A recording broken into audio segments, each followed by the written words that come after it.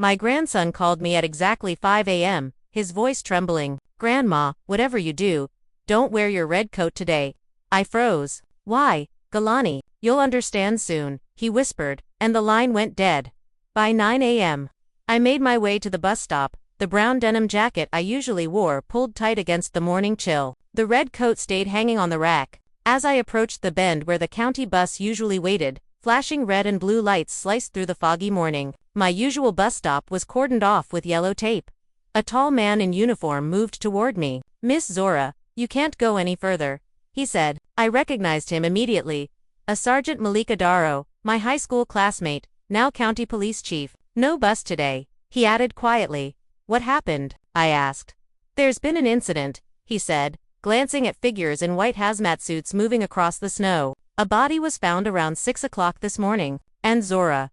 She was wearing a red coat, the same red coat as yours." My legs went weak. He caught my elbow and guided me to the police cruiser. From inside, I could see the scene: the shelter, the taped-off area, the white body bag. "Are you all right?" he asked. "Malik, Jelani called me at 5 a.m. He told me not to wear the red coat," I said, voice shaking. Malik's face darkened immediately. "Repeat that verbatim," he instructed. I told him everything. Every word. Every pause. Every detail. He scribbled notes on a pad and then asked carefully, "Where is Galani now?" I explained he was at my son Okano's in the city, attending community college. But suddenly, doubt pricked at my chest. When had I last seen him? Everything seemed ordinary at Sunday dinner. But the tension at the table had been strange. My son Okono and his wife Naima had been plotting in plain sight. "Mom, you can't handle things alone. Let's sell the house, buy you a condo closer to us," they said. I had signed what they called just formalities, trusting them blindly. Malik's voice was firm now. "Zora, there's a body in a red coat. Your deed is missing. And your grandson warned you early this morning, but he's unreachable. Can you see how this looks from the outside?" I shivered, colder than the February wind. "What happens next?" I asked. "You come with me to the precinct," he replied. "We'll get your statement, search for Galani, and figure out how Renata Morrow got the deed."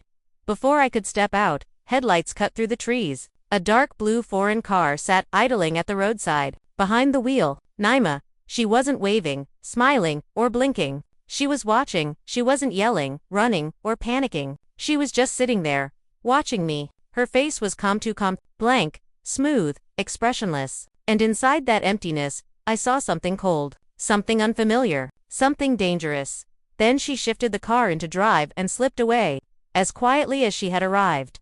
I stood there staring at the empty road, and in that moment, two truths hit me like ice. First, if fate had tilted an inch, I could have been the one zipped inside that white body bag. Second, whoever planned this was going to be furious that I was still breathing. "Malik," I said softly, still looking at the tire tracks fading into the snow. "I think I know who we need to question about that deed. But you're not going to like it." We drove straight to the precinct. The building looked exactly as I remembered. Gray brick, peeling paint, the same cracked window pane no one had bothered fixing in years. I'd only been here twice in my life, once to report a stolen tiller, and once to renew my hunting license. Walking in now as a witness in a murder investigation, I never imagined that would be my third visit. They led me to an interview room with pale green walls and a blurred mirror. I sat down. Across from me sat Opal Washington, composed, steady eyes, sharp as needles. A recorder clicked on between us. "Miss Zora," she began, "start again. From the moment your phone rang at 5 a.m. I repeated everything, and as I spoke, a detail I had overlooked suddenly resurfaced. "There was a sound," I said. "Not dishes, not a television. Water, like a creek running, or a loud pipe. Not an apartment?" She made a note. "Your grandson is 19. Any trouble before?" "No," I said firmly. "He doesn't drink. He doesn't wander. He studies at the tech school and works part-time at the home improvement store. He's a good boy, and his relationship with his parents." I hesitated. Airing family problems to strangers is always heavy, but this wasn't about pride anymore.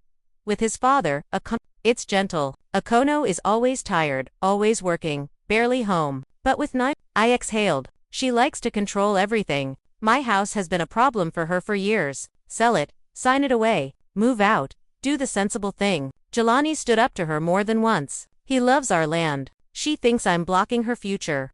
So there was conflict over the property, Opal concluded. I folded my hands. Yes, but that's no reason to kill anyone. A knock interrupted us. Malek entered, looking worn.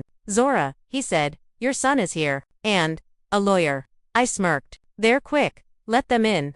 Akano rushed in, first expensive coat, red eyes, hair disheveled. Behind him came a slick, polished man in a tailored suit. Mom, Akano blurted, are you okay? What did they ask? Don't sign anything. This is Attorney Preston Minton. Ms. Zora, the lawyer said smoothly, I strongly advise you not to make further statements until we clarify the situation. Whose lawyer? I asked. Mine. Or everyone's. He gave a vague professional smile. I represent the family's interests. Malik and Opal traded a look. Opal clicked off the recorder. Ms. Zora is free to go, she said, but we will need her again. We must determine how Renata Morrow obtained her deed and where her grandson is. In the hallway, Minton immediately began whispering. Akano fussed beside him. Mom, let's just go home. Stop talking to them. They twist everything. Halfway down the stairs, I stopped. Akano, I said, turning to him, how did you learn about the deed? The one for the house and land. He blinked, startled. What deed? The one where I apparently gifted everything to you and Nima a month ago. His face drained of color. Mom, I'm hearing this for the first time. Wait, Nima did mention paperwork. Realtors, simplifying things, but I never. He stopped. Realization forming in his eyes. Think on it, in the car, I said. Let's go. He drove me home. Minton spoke nonstop, assuring me the investigation was looking at various possibilities, and telling me to stay calm. I barely listened. I watched the snowbanks, the trees. One question pressed heavier than all the others. Who was so desperate to silence me? When we pulled up to the house, the answer was waiting on the porch. Nima's white Lexus, shining against the filthy snow. What is she doing here? Akano gasped, rushing inside. I followed. In the kitchen, Nima stood by my old document cabinet. Perfect hair. Perfect coat, cold hands sifting through my files. What are you doing? Akano demanded. She flinched, then straightened. Don't yell. I'm looking for documents. Everything's chaos. I'm trying to help your mother. Those are my papers, I said, stepping closer. In my cabinet, which I never asked you to open. Ms. Zora, she said with a tight smile. Don't start. This is an emergency. They're trying to trap you. I'm looking for anything that could protect you. How did you forge my deed? I asked plainly. Her smile vanished. Her eyes hardened for a heartbeat before she covered it. Are you out of your mind? I would never. Kicking me out of my home, I said. That's your idea of helping? This house is falling apart. She snapped. The land is a burden. You can't maintain it. We could have sold it, bought you a condo, given Akano a better start. But no, your stubbornness, your emotions. Answer me properly. Akano cut in. Did you know about the deed? Did you see it? Her chin lifted. I saw it. I went to the records office this morning. It's filed, notarized, stamped, and yes, you signed it. If you don't remember, that's another matter. How do you know the legality in such detail? I asked. It's my job, she said dryly. I actually read what I sign, and courts don't care about I didn't understand. If it's notarized, it's valid. Get out of my house, I said calmly. She stared. What? Leave the key. Get out now. Her eyes narrowed. This is our house, actually. Officially, it belongs to me and Akano, now even if you were unaware. Night, Akano whispered, horrified. I'm telling you the truth, she said with a shrug. Fine, I'll go. But once something is signed, it's rarely undone. When you need help, don't expect me. She walked past me, perfume sharp in the air. At the door, she looked back, smiling faintly. And before you accuse me again, remember, everything can be verified. Memory and competence can be questionable things. She slammed the door. Akano sank into a chair. Mom, I swear, I didn't know. She never showed me anything, just I'll handle it. And I believed her. I looked at my grown son, gray at the temples, still hiding behind someone stronger. It's late, I said, but better late than never. This isn't about blame anymore. It's about what we do next. The phone vibrated. Unknown number. I answered. Grandma. I'm sorry. I didn't know it would go this far. Meet me at the old mill on Clear Creek. Midnight, come alone. You're being watched. Then a final line. Remember our strawberry summer. My heart went cold but clear. Strawberry summer. Our secret code since he was 7, when we ate strawberries from the garden until we were both sick. It meant only one thing. This is real. This is serious. I showed the message to Akano. You're not going. he said immediately. Mom, it could be a trap. We'll tell Malik. The message says alone, I said quietly, and that I'm being watched. If Jelani was alive and wrote that message, he was in real danger, and if he hadn't written it, then I had even more reason to find the truth. I'm going with you, Okono insisted, his voice shaking. No, I cut him off sharply. You've spent your whole life following other people's orders. Not this time. If I'm not back by morning, you go straight to Malik. But right now, stay out of my way. He looked at me like a frightened child left in a dark room. Okono, I said softly. I have survived on my own, my entire life. I can do it again. And Jelani, he may have saved my life today. Midnight was still far. I sat in silence, listening to the wind scratching against the walls, a dog barking somewhere far away. I called Jelani again and again. Subscriber? Una bailable. Nima's words, Renata's pale face under the white sheet. Malik's uneasy gaze, they spun around inside my skull like broken glass. At 11:30, I put on my old brown jacket, grabbed a flashlight, and slipped into the cold night. My Chevrolet Tracker sputtered to life, headlights slicing through darkness and snow. I drove. A few miles down the road, I caught a pair of unfamiliar taillights in my mirror, following me. Not too close. Not too far. Professional, I slowed. They slowed. I sped up. They did too. You're being watched. Jelani's warning echoed in my head. 10 minutes before the turnoff for the mill, I made my move. I killed the headlights and jerked the wheel sharply onto an old logging road Elijah once used for deer hunting. Branches clawed at the paint. I drove nearly blind, guided only by memory. The car behind me flew past on the highway, unaware I'd vanished into the trees. Only when I reached the secondary road did I breathe again. Clear Creek Mill loomed in the darkness when I arrived, an ancient forest skeleton by the roaring winter river. Silent, cold. Watching, cut the engine and stepped out. The air stabbed my lungs. My flashlight flickered across graffiti. Rusted metal, broken beams. Jelani, I whispered. Only the wind answered. Inside, the mill smelled of mold and old secrets. Every step echoed too loudly, as if someone unseen was walking with me. Jelani, I called louder. Baby, answer me. A rustle, a whispered. I'm here. I climbed the groaning wooden stairs, and on the second floor, in a shadowed corner, sat my grandson, thin, pale eyes red, looking years older than 19. He stood, voice breaking. Grandma, I ruined everything. I'm sorry. I held him. You're alive. That's enough. Now tell me everything. He told me everything, the coffee shop, Renata's lies, her being hired by Nima from the start, the forged documents, the blackmail, the $400,000 cash withdrawal, the stolen red coat, the panicked 5:30 a.m. phone call, the flash drive with proof including notes about a bot officer in our own department.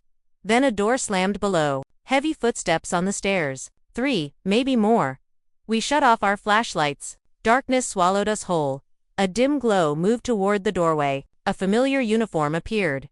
Mora. A voice called, Don't be scared. Lieutenant Kendall Jenkins. Sergeant Adero sent us. Your son reported you missing. His smile was wrong, his eyes colder than the snow outside. Don't come any closer, I said. He took 2 slow steps anyway. Everything's fine, he murmured. Your safety comes first. 2 shadows lurked behind him, too large, too stiff, too prepared. Then she stepped out. Naima. Gone was the perfect makeup, the perfect fur, the perfect smile. Now she looked real dangerous, hair pulled back, boots on, eyes sharp. Hello, Miss Zora, she said, voice calm. I asked you not to make this difficult, but you never do anything the easy way. Jelani stepped in front of me. Stay away from her. Don't be dramatic, Jelani. She sighed. You had one job, stay quiet, but you couldn't manage that. You killed Renata. He choked. Naima blinked at him, almost bored. I don't kill anyone. I can't stand blood. That's what professionals are for. She shifted her eyes to me. Let's stop pretending. You to have something that belongs to me, the flash drive, the files, the documents. Hand them over. We sign one simple agreement, and you live peacefully in the house until the end of your days. She smirked. Or keep playing detective, and tonight becomes a tragic car accident. Slippery road. Your age. The courts won't blink. Jenkins nodded, completely casual. The house is legally not yours anymore anyway. Naima smiled wider, and the darkness around us closed in. Think about it. You're alone. We are not. The police aren't officially here except for us. Time, snow, the river nearby. No one would be surprised. Jelani's hand gripped mine tighter. And suddenly, everything inside me leveled. You've made one miscalculation, I said calmly. And what might that be? Naima narrowed her eyes.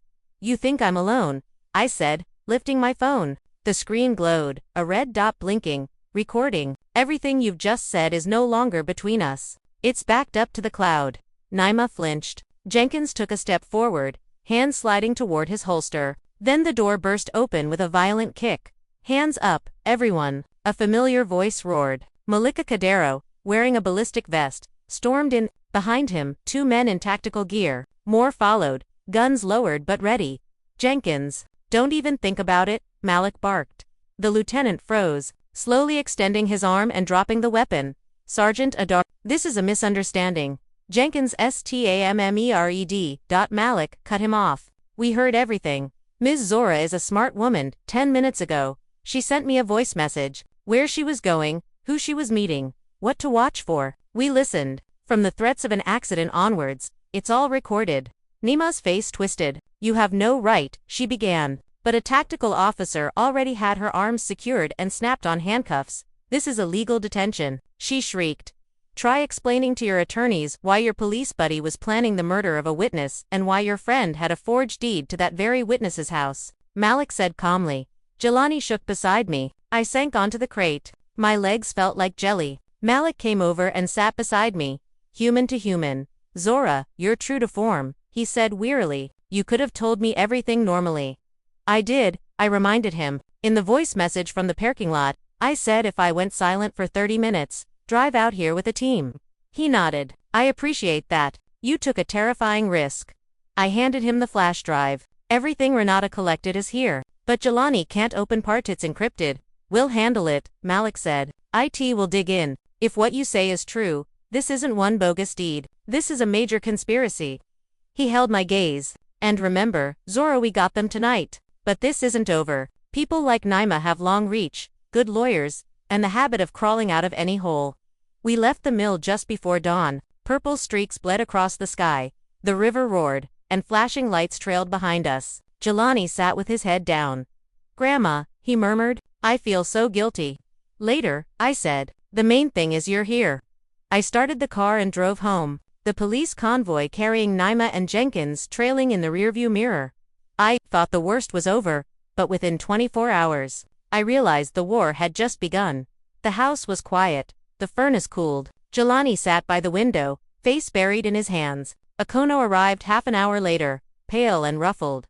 Mom, he gasped. Malik called. They took you now. They took her. Yes, not just her, I said. We're alive. You, me, Galani, that's what matters. I allowed myself a brief thought. Maybe the worst was behind us. Foolish. As always, Malik arrived at noon, casually dressed in his old parka. He cupped a mug of coffee in his hands. Zora, he said, our team checked the flash drive. What opens is valuable.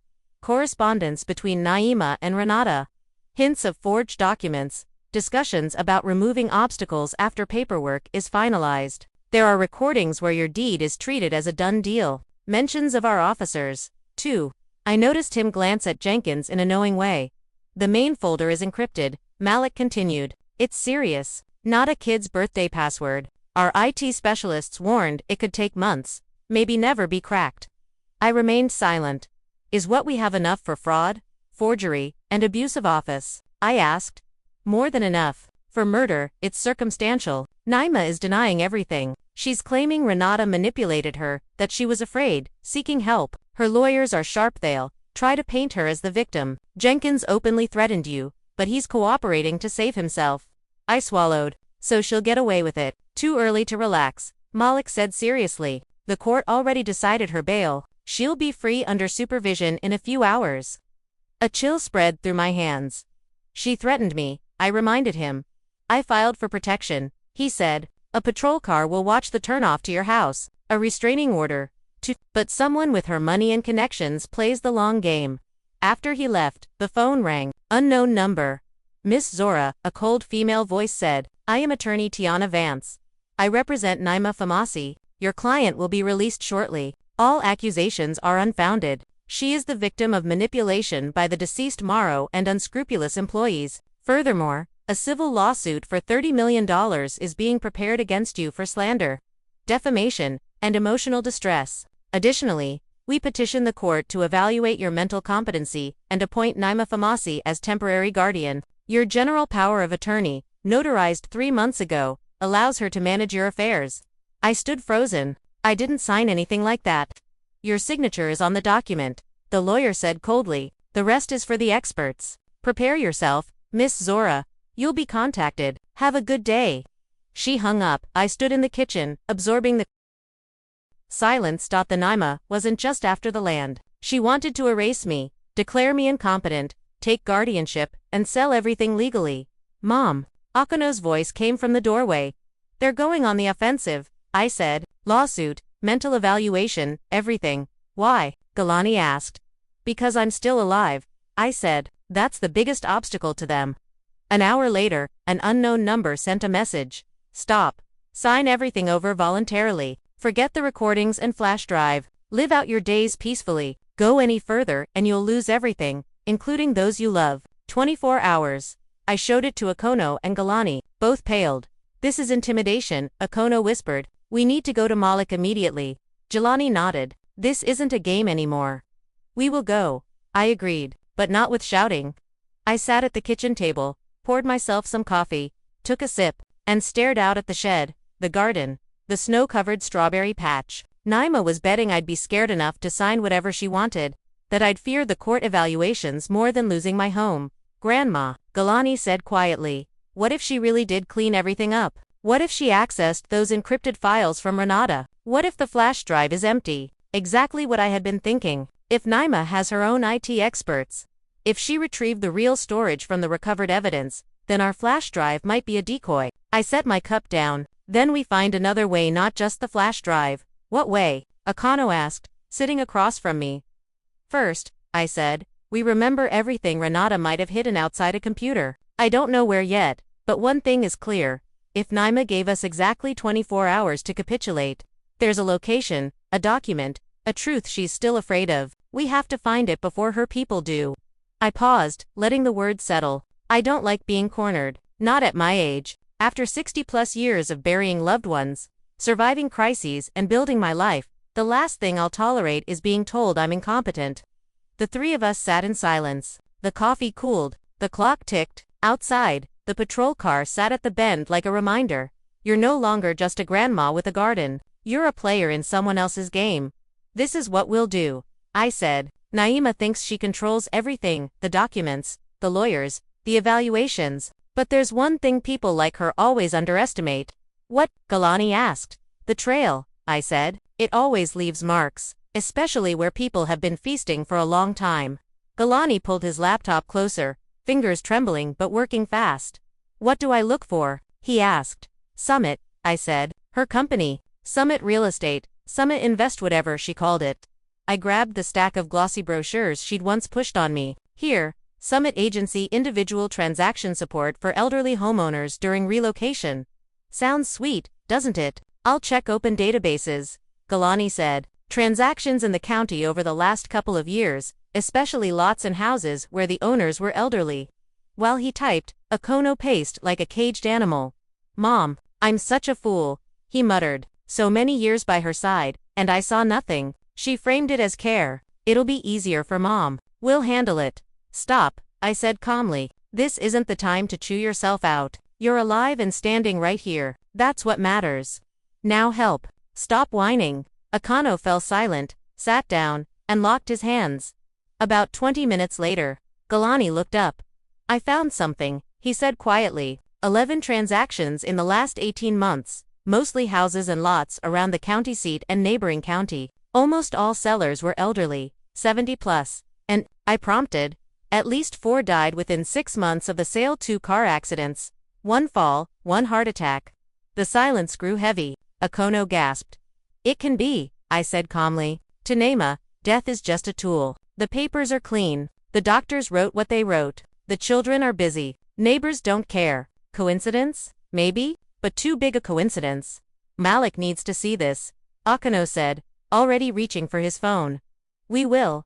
I nodded. But first, we organize it. Not feelings. A single folder. Galani printed the tables, stapled them to the summit brochures. I called Malik. Zora, I'm in interrogations. Make it quick. He answered warily.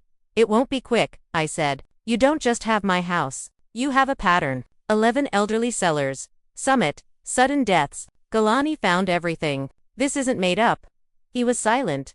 Email it to the department inbox, he said finally. And tomorrow, at 2 p.m., the competency hearing. Judge Marcus Hill. Remember him? Not personally. Fair. Goes by the book. I'll try to get a 10 to 15-minute meeting before the hearing. I'll handle the rest, I said. Plan, he asked. Legal, for now, I answered. An hour later, he called back. 1 p.m. Chambers. Zora, don't melt down. Stick to the facts. I'm too old for meltdowns, I said. Meanwhile, Galani hadn't stopped working. Grandma, one more thing, he said. I traced Summit's associated firms. The final beneficiary, Naima, not alone. He turned the screen toward me. Preston Mintenauer, family lawyer Akano's fists clenched. The one who was so concerned at the precinct today. Been with them from the beginning, Galani said quietly. Handled all Summit's big deals. Filed paperwork. Consulted. Covered up. Today, he didn't defend you, he observed. I felt calm, not surprised, just confirmed. Perfect. Now we know their faces. We started organizing the folder when the phone rang again. Unknown number. Speakerphone. I'm listening, Zora, a soft, controlled voice said. Naima, human to human. Final chance. You're fast, I said. Handcuffs barely cooled off. She chuckled. Briefly. Investigation mistakes. Court will sort it out. Tomorrow's competency hearing. We have the gift deed, power of attorney, doctor assessments, witness statements of your unstable behavior. She emphasized the word. My lawyers are confident. You become legally incompetent, I become guardian. You'll sell the house, land, everything, or live peacefully in a good assisted living facility. Confirm in court that you signed voluntarily. Withdraw claims. Stop the scandal. Everyone's safe. And if not, I asked, voice firm. You lose. Guardian takes over. House sold legally. No right to speak. Not in court. Not at home. The kitchen fell silent. Galani ground his teeth. I leaned back. Nima, one question. If I may, of course. Did Renata scream when she died?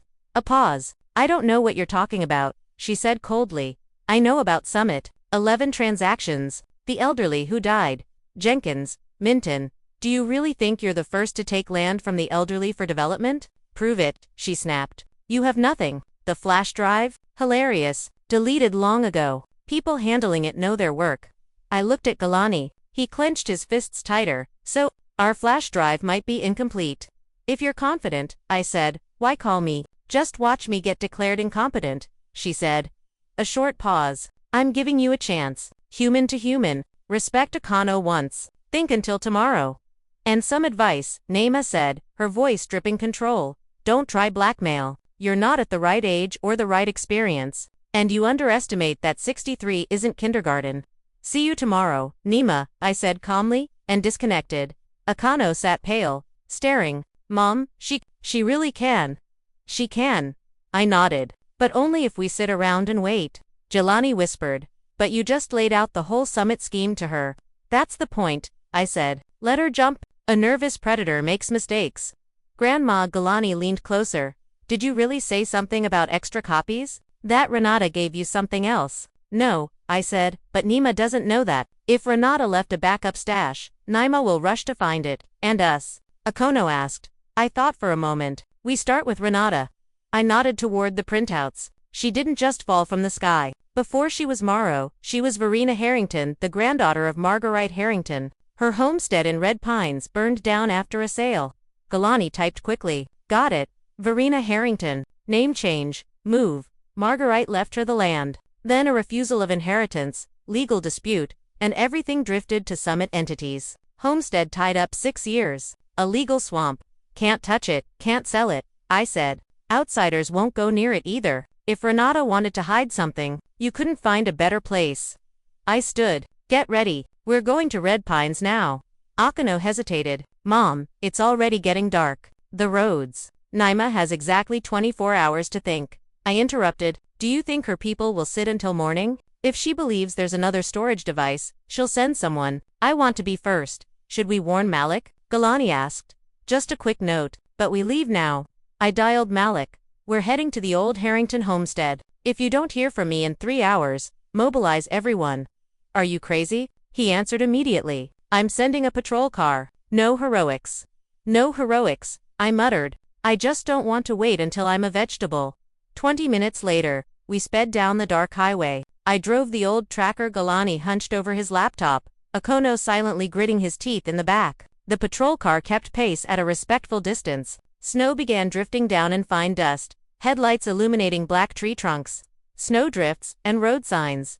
Grandma Galani whispered, "What if there's nothing there? Then we think of something else," I said. But I've lived too long to believe in coincidences. Renata wasn't stupid. She left a thread for someone. If we survive, it's us.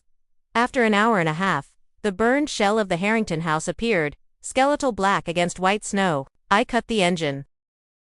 The wind whipped across the field. The patrol car stopped a little ways away. "Let's go find the thing that made one woman a killer, another a corpse, and labeled me crazy," I said. As we approached the shed, I noticed fresh tire tracks, neither ours nor the patrol cars. Someone had already been here, or was following. The shed leaned gray in the red pines, held together by a prayer. The Harrington house had burned to brick, blackened, empty. The shed's planks were missing in places, roof sagging, but it stood, keeping a secret. Inside, it smelled of hay, dust and damp. Flashlights swept across empty stalls, rusty tools, and cobwebs. "Where would you hide your last words, Renata?" I murmured. Galani's beam lit a carving on one partition. "That's her horse," he said. "Starlight, there's a picture of Renata as a child, on a gray horse. This was her stall." I crouched, touching the board's bottom. One plank shifted slightly. "Hold the light," I said, pulling it free. Behind it, a narrow opening. Inside, a tightly wrapped plastic bundle. I carefully retrieved it. Inside, a small metal box, a flash drive, and a folded piece of paper. Galani unfolded the note. Shaky handwriting. "Angry. If you are reading this, I have either completely messed up, or I am dead. Naima Famasi destroyed my grandmother and forced me to help her. I collected everything so one day I could sink her. Originals, recordings, deeds, money transfers, scheme of payments, real names, password, Starlight 9997. Don't trust anything she presents. Use this, or she will continue." Verena Harrington. Galani stared at the flash drive as if it were a hand grenade. "This is it," he whispered. "If it's real, it's real," I said. "Pain and anger aren't faked for a game." The sound of engines drifted in. "Not one, but several." "Back," I whispered. We melted into the shed's shadows. 3 vehicles pulled into the yard. A white Lexus, a black sedan, and a van. Headlights went out. Doors slammed. Voices carried in the wind. I shoved the flash drive into my pocket, snapping the box shut. Naima appeared in the doorway. Concern had vanished. Cold eyes, hard face. Beside her, Preston Minton, neat as in his office, but without the practiced smile. 2 broad-shouldered men behind them. Mrs. Zora Nima's voice cut the cold air. "You're trespassing. Theft. Dangerous situation. Very bad for your reputation before tomorrow's hearing."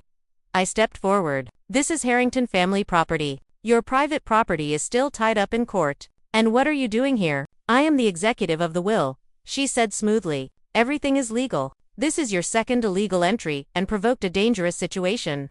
Minton nodded, confirming a legal reference. "You have a certain storage device. We offer to resolve this civilly. Hand it over. Stop this charade. Guarantee a peaceful life." "Peaceful life," I scoffed. "In a locked ward." "Don't exaggerate," he said wearily. "You're not in a position to negotiate." Galani stepped forward. I held him back. "What we found doesn't belong to you. These are Renata's words. And judging by your rush here, you're afraid those words will be seen." Naima smiled. "You overestimate yourself. All the truly dangerous information has been under control. What you have is garbage. You're committing a crime. One last chance. Hand it over." The men stepped closer. I noticed the patrol car was gone. Panic was useless. "One thing," I said. "Do you still think I don't know how to use a phone?" I pulled out my mobile. Red bar. Broadcasting. Live. Everything you're saying is already listened to precinct county office, news desks, and a copy on the cloud. One step closer, and it looks very good in court. Nima's mouth twitched. Minton spun at a distant sound. "Sirens, are you bluffing?" he hissed. "You'll see in a few minutes," I replied. One of the goons stepped forward. Nima raised her hand. Stop, she said, voice sharp enough to buckle legs. You don't understand who you're messing with. You're destroying a business we worked on for years. The people involved with us won't forgive you. Naima spat. The people involved with you, I said calmly, will soon be deciding who gets the top bunk in prison. The sirens were closer now. Several cars burst into the yard, flashing lights cutting through the snow. Black tactical vests, shouting.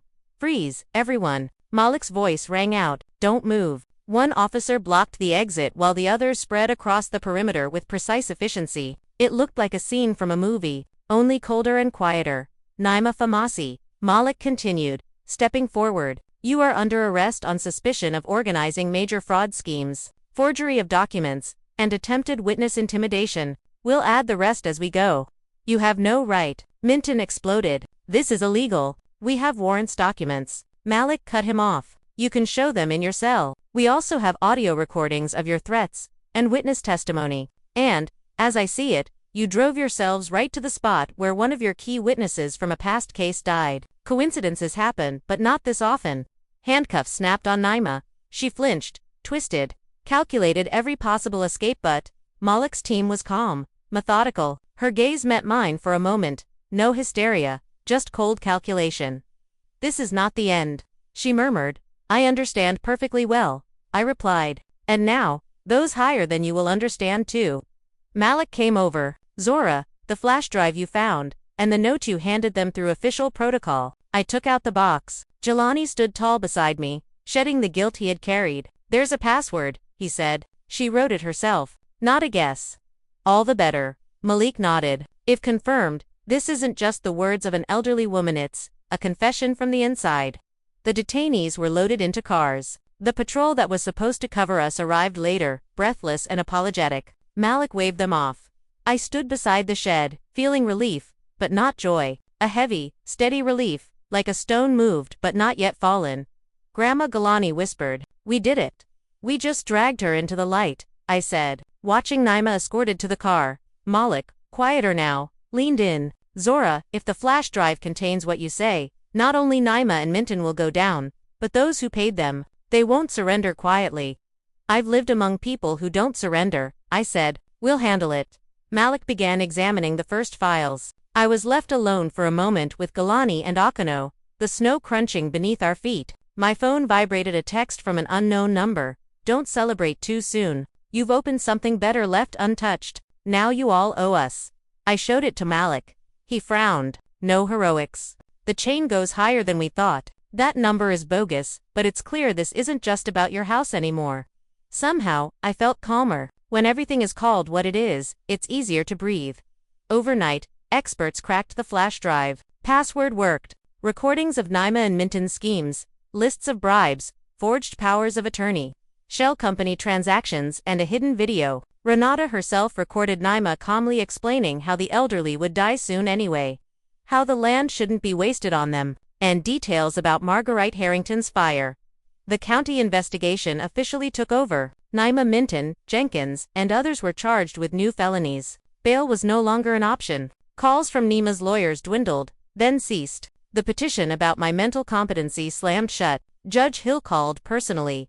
Mrs. Zora, the petition has been withdrawn. Clear signs of abuse leave no grounds for the proposed measures.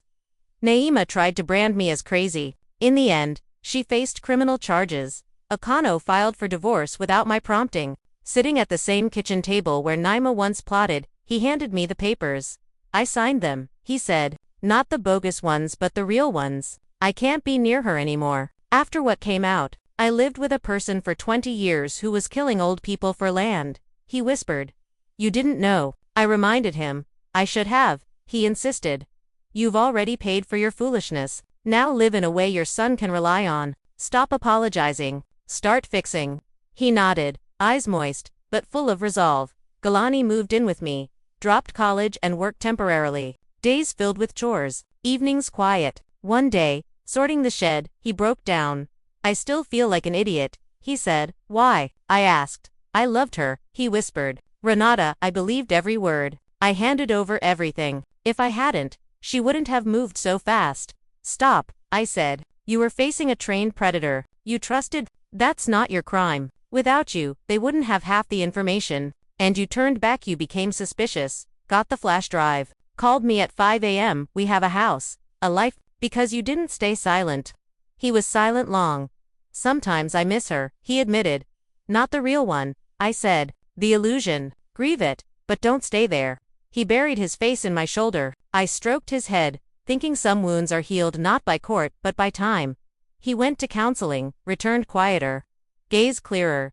The investigation widened. News called it the largest real estate fraud and elderly murder scheme in recent years. Nima, Minton, Jenkins, 2 officials, and dummy directors' criminal charges. Now you all owe us. The message had said. True, but not to meet the top of the pyramid. I was a key witness, respectfully treated, a thorn for simply surviving and speaking. One difficult encounter remained. At the county court, a woman approached. Miss Zora. Yes, I nodded. I'm Katrina, she said. Margaret Harrington's niece, Verina's aunt. I just wanted to say, I'm glad you weren't afraid. My mother Marguerite wouldn't have believed anyone. We all believed the pretty words. Only you brought everything to light. At least some. We'll find peace. And about Verina, she wasn't born a monster. She was broken. What she did afterward, that was her choice. Your truth is what's needed now. Spring crept in. Snow melted. I worked in the garden, planting a strawberry patch twice the size of the old one. Too much symbolism. Galani smirked. We're survivors, I said. We have the right to our symbols. He smiled. Genuinely, Malik visited often, sometimes official, sometimes with pies from his wife. One evening on the porch, coffee in hand, he said, I have news. Let's hear it, I replied, ready as ever. Naima had cut a deal. She was testifying, giving up everyone she worked with, Minton, the officials, the police. In exchange, she hoped for a reduced sentence. Life awaited her anyway, but she was bargaining for more humane conditions. And what about the others? I asked.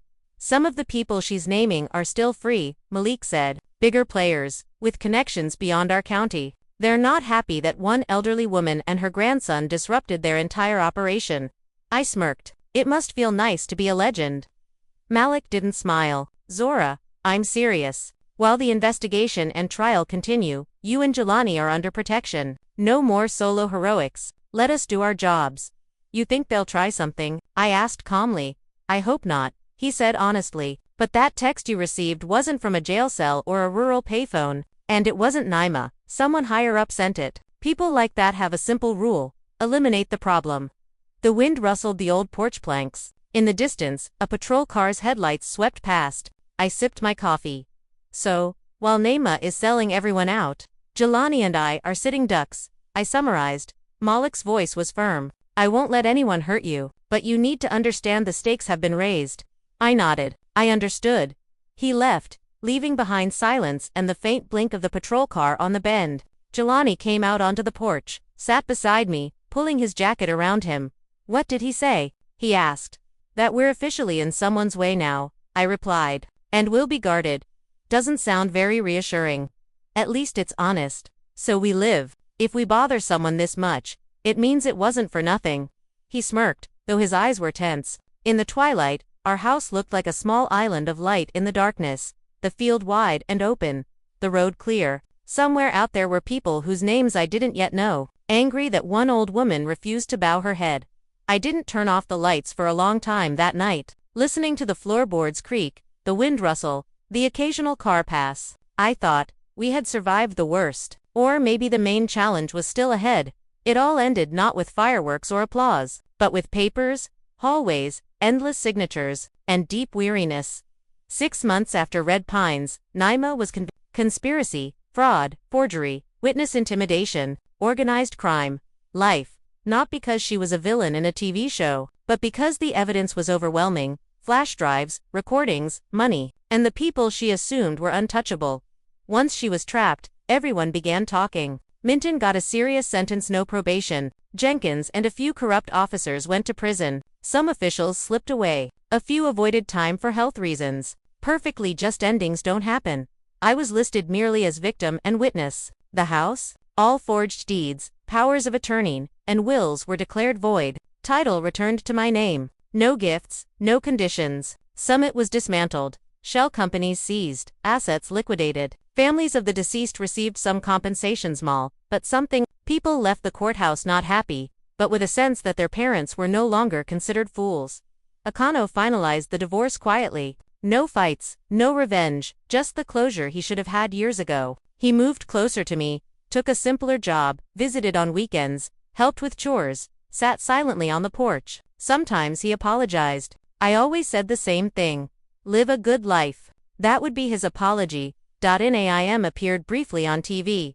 I recognized her only by her eyes. The rest seemed erased. I didn't celebrate. Too late for joy. They had done too much before this. Jelani got back on his feet. He saw the counselor, talked with his friends, and returned. Grandma, I want to go back to school but, not as the fool who fell for that mess. I want to study law, understand documents, and see where they can lead people. I shrugged. The main thing is don't punish yourself. The rest you'll figure out. He registered at his father's place but lived mostly with me. Days were for studying and chores, evenings for the criminal code. No scammer flash drives in sight. Sometimes he complained about loopholes. I smirked. It's good you can see them coming now. He didn't speak of Renata, but I knew it still hurt. That's normal. A person who feels nothing is scarier than any predator. Formally, I'm under protection. Patrol cars sometimes stop by. Detectives drop in for coffee. Malik calls. Anyone bothering you? At first, there were veiled threats, hints of danger, then silence, or the danger moved elsewhere. At 63, life no longer feels like fragile china. Fear doesn't rule me. The farm survived, the garden, the house, the shed all in place. I'm simply more attentive to paperwork now, going to the county center myself. Glasses on the tip of my nose, reading every line. If anyone rushes me, I smile and say, then you can wait. I tell neighbors the story plainly. Don't rush. Ask questions. Take someone you trust. That spring, I planted strawberries again. Straight rows. Jelani helped. No childish contests. When they ripened, we sat on the porch, washed a few berries, and ate in silence. They're good, he said, and they shouldn't be scary. I replied. The berries aren't to blame. We laughed quietly when asked about the moral. I said, because I have something to lose. Because a home is made not of brick, but of people and memory. Because I was tired of people thinking I was stupid. It's not about being a hero, it's about protecting what's mine. I didn't become an internet celebrity. I didn't run for office. I live quietly. I wake early, light the furnace, make jam, visit the county seat on a schedule, and when someone talks down to me, I meet their gaze. If I sense Nima's shadow, I politely send them away. I'm not afraid of loneliness. Elijah is gone. Friends have moved or passed. I have my neighbors, my son, my grandson, my home. A home where walls remember me young, not just the woman I am today. Evenings, I sit on the porch. Silence, the road, a dog barking, a train in the distance, it's enough. Not because life is perfect, it isn't. Naima isn't the only one of her kind. Not everyone will face justice, but I kept my patch of earth. I fought my battle. I can't fight everyone else's, and it's not my obligation. At our age, people assume we're soft targets. Many of us have tougher skin than they can imagine. We've survived more than they've dreamed up. And if cornered, we can do more than cry. We know how to count, remember, and speak up. I simply refused to stay silent that one time. The rest was handled by those whose job it is. That summer, the strawberries ripened. Jelani returned after finals. Akano brought groceries. We sat at the table, ate berries with sugar, silently. Mom, thank you for being you, Akano said. I just kept you from being homeless, I replied. I live my life the way I live it. No movie-style happy ending, just the life they tried to take, and I held on. And that was enough.